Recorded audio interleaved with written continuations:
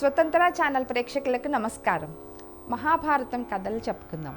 తనకు వచ్చినటువంటి భాషలో అతను ఒక దేవుడిగా భావించి వాళ్ళని మంచిగా స్తోత్రం చేశాడు.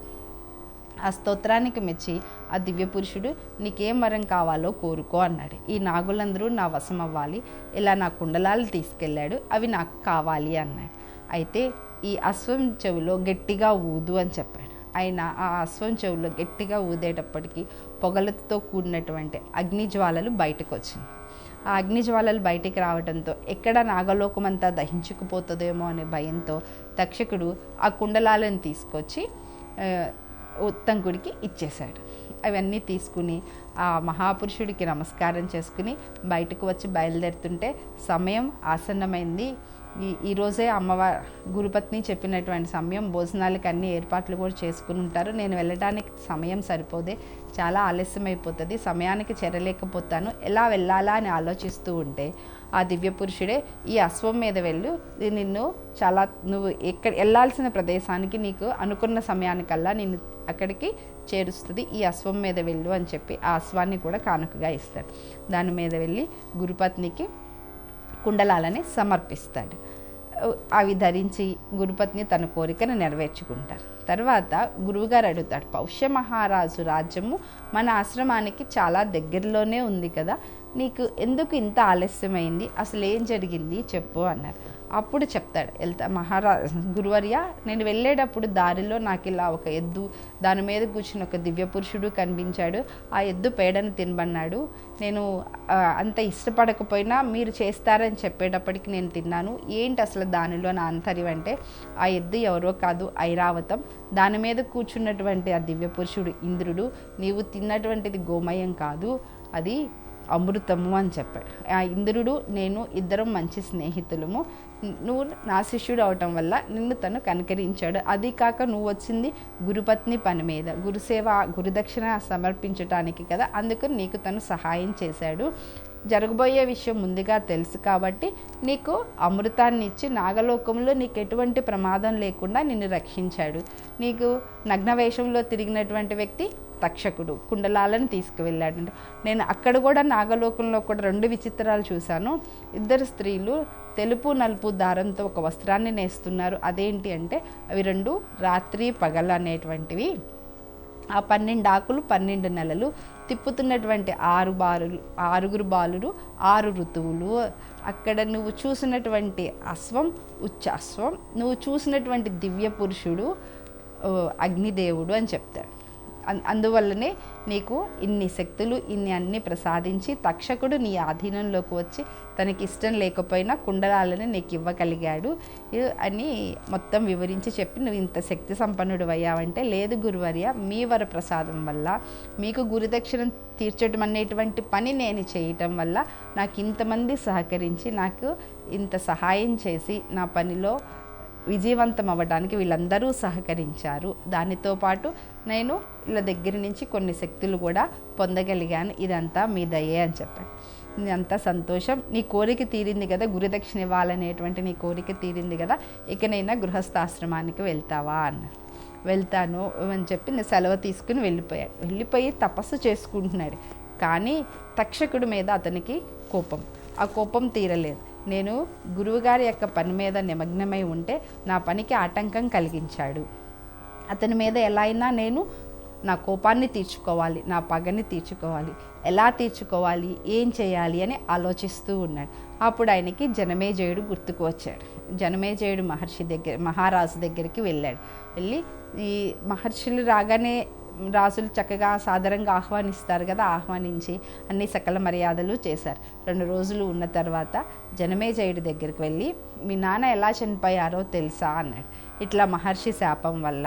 సరే, మహర్షి శాపం వల్లనే చనిపోయాడు, కానీ తక్షకుడు వచ్చి కాటేశాడు. తక్షకుడు కాటేసినా కూడా రక్షించగలిగేటువంటి ఒక విప్రుడు వస్తుంటే తక్షకుడు రానియకుండా అతన్ని ఆపేసి నీ తండ్రిని కావాలనే చంపాడు. అటువంటి అతని మీద నువ్వు పగ తీర్చుకోవా? నీకు మీ నాన్నని చంపిన వ్యక్తి మీద పగ తీర్చుకోవాలని లేదా? అలా తీర్చుకోకపోతే మీ నాన్న మనసు ఎలా శాంతిస్తుంది? మీ నాన్న మనసు శాంతించాలి కదా, అంతేకాదు నీకే కాదు ఆ తక్షకుడు నాకు కూడా ద్రోహం చేశాడు, ఇలా నేను గురుదక్షిణ తీర్చుకునే పని చేస్తుంటే ఇలా కుండలాలు దొంగిలించి ఈ పనంతా నా పనికి చాలా ఆటంకం కలగజేశాడు, అదంతా చెప్తాడు.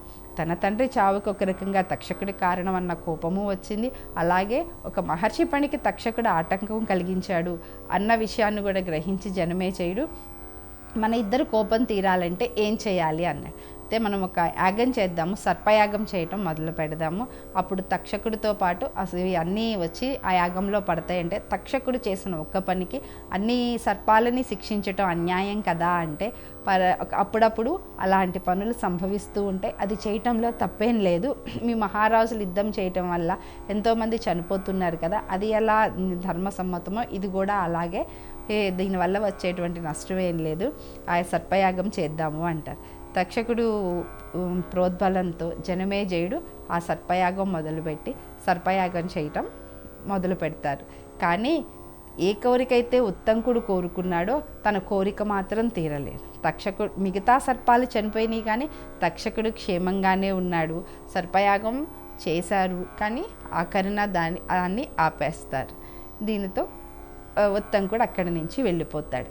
ఆ కారణంగా ఉత్తంకుడు పాత్ర ద్వారా కథ ద్వారా మనం నేర్చుకునే చూడండి ఎన్ని నేర్పించాడో ఆయన మనకి. ఏదన్నా ఒక పని మీద వెళ్తున్నప్పుడు సంశయంతో ఒక పని చేయవద్దని నేర్పించాడు. అలాగే ఆహారం ఎలా తీసుకోవాలో ఆహార విషయంలో ఎలాంటి అజాగ్రత్తలు లేకుండా ఆహారాన్ని దూషించకుండా తినమని ఒక విషయం చెప్పాడు. ఇంకొకటి అంత సకల శాస్త్రాలు నేర్చుకున్నాడు, వేద పారంగతుడు, కానీ తన కోపాన్ని అదుపులో పెట్టుకోలేకపోయాడు. ప్రతి చిన్న విషయానికి తొందరగా కోపం తెచ్చుకుంటాడు. ఆ కోపంతోనే పౌష్య మహారాజుకి కోపం ఇచ్చాడు, ప్రతిశాపం పొందాడు. ఇంకా అంతేకాకుండా తన పనికి ఆటంకం కలిగించాడు. చివరికి తన పని విజయవంతం అయిపోయింది, ఇంకా తక్షకుడి విషయం మర్చిపోవచ్చు, కానీ మర్చిపోలేకపోయాడు. కోపం, పగ, ద్వేషం వాటిని వదిలిపెట్టలేకపోయాడు. ఎలా అయినా అతని మీద కోపం తీర్చుకోవాలి, పగ తీర్చుకోవాలని జనమేజయుడిని ప్రోద్భవించి సర్పయాగం చేశాడు. కానీ చివరికి తన కోరిక నెరవేరలేదు. అందుకే అకారణమైనటువంటి కోపం, చీటికి మాటికి చిన్న చిన్న విషయాలకి కూడా కోపం తెచ్చుకోవద్దు, అది ఎప్పటికీ మనకి శత్రువే అవుతుంది. తన కోపమే తన శత్రువు అన్నదానికి ఉదాహరణ ఉత్తంకుడు. చీటికి మాటికి కోపం తెచ్చుకోకూడదు. మనకు ఒక్కసారి కోపం వచ్చింది అంటే దానికంటూ ఒక పెద్ద కారణం ఉండాలి. కారణం లేకుండా చీటికి మాటికి కోపం తెచ్చుకుంటే కోపిస్తులమే అవుతాం, కానీ దానివల్ల ఎటువంటి ఫలితము ఉండదు.